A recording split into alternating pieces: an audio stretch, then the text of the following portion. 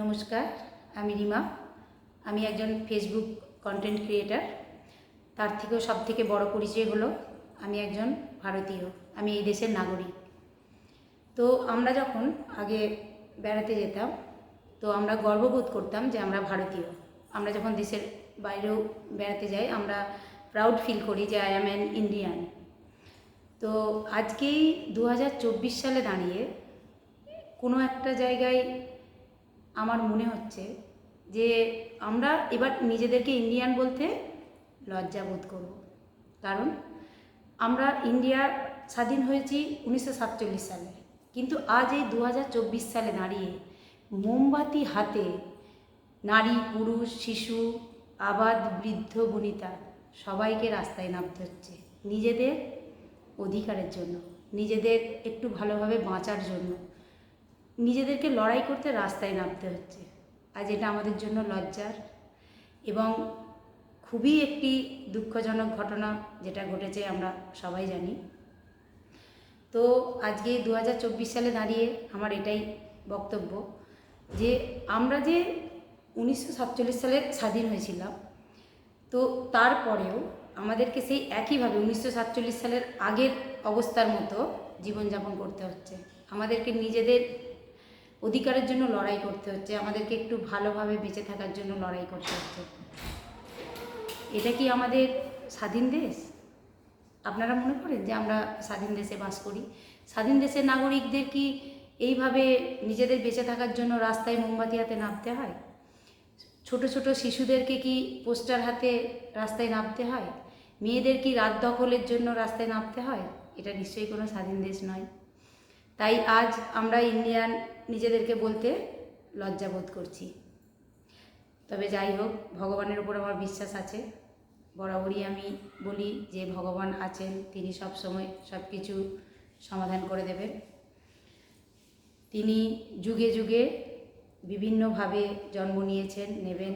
শ্রীকৃষ্ণ অবতার রূপে সমস্ত দোষীদের, অপরাধীদের শাস্তি দিয়েছেন এবং তিনিই দেবেন, তিনিই আমাদের পথ দেখাবেন। আজকের এই 2024 সালে দাঁড়িয়ে রবীন্দ্রনাথের লেখা একটা কবিতা আমার খুব মনে পড়ে যাচ্ছে। তো আমার মনে হয় যেন রবীন্দ্রনাথ তিনি ওই সময় বসে আজকের দিনের জন্য এই কবিতাটা লিখেছিলেন। সেই কবিতাটা হলো রবীন্দ্রনাথের প্রশ্ন কবিতা। তো রবীন্দ্রনাথ তিনি বলেছিলেন, তিনি ছিলেন বিশ্বকবি। হয়তো তিনি দূরদৃষ্টি সম্পন্ন ছিলেন, তিনি আজকের দিনের কথা ভেবেই হয়তো এই কবিতাটা লিখেছিলেন। আমার এই আজকের দিনে দাঁড়িয়ে মনে হচ্ছে, ভগবান তুমি যুগে যুগে দূত পাঠিয়েছ বারে বারে দয়াহীন সংসারে। তারা বলে গেল ক্ষমা করো সবে, বলে গেল ভালোবাসো, অন্তর হতে বিদ্বেষ বিষ্ণাস। বরণীয় তারা, স্মরণীয় তারা, তবুও বাহির দ্বারে আজই দুর্দিনে ফিরানো তাদের ব্যর্থ নমস্কারে। আমি যে দেখেছি গোপন হিংসা কপট রাত্রি ছায়ে হেনেছে নিঃসহায়। আমি যে দেখেছি প্রতিকারহীন শক্তের অপরাধে বিচারের বাণী নীরবে নিভৃতে কাঁদে। আমি যে দেখিনু তরুণ বালক উন্মাদ হয়ে ছোটে, কি যন্ত্রণায় মরেছে পাথরে নিষ্ফল মাথা কুটে।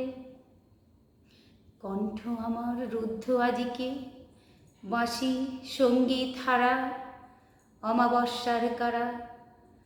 লুপ্ত করেছে আমার ভুবন দুঃস্বপ্নের তলে, তাই তো তোমায় শুধাই অশ্রু জলে।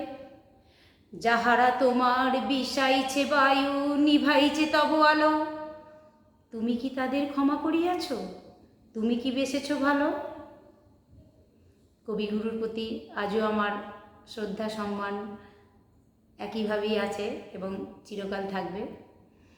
তো সমস্ত আমাদের দেশবাসীরা মিলে চেষ্টা করছি আমরা আমাদের দেশকে আবার নতুন করে সুন্দর করে গড়ে তোলার, এবং আমার বিশ্বাস ভগবান আমাদের চেষ্টা কখনো বিফলে দেবেন না, আমাদেরকে একটা সুন্দর দেশ উপহার দেবেন এবং আমরা আবার এই দেশের নাগরিক বলে গর্ববোধ করতে পারব। রাধে রাধে। সকলে ভালো থাকুন, সুস্থ থাকুন এবং সঠিক বিচার পাওয়ার অপেক্ষায় থাকুন। ভগবান আছেন, তিনি আমাদেরকে সঠিক বিচার দেবেনই দেবেন।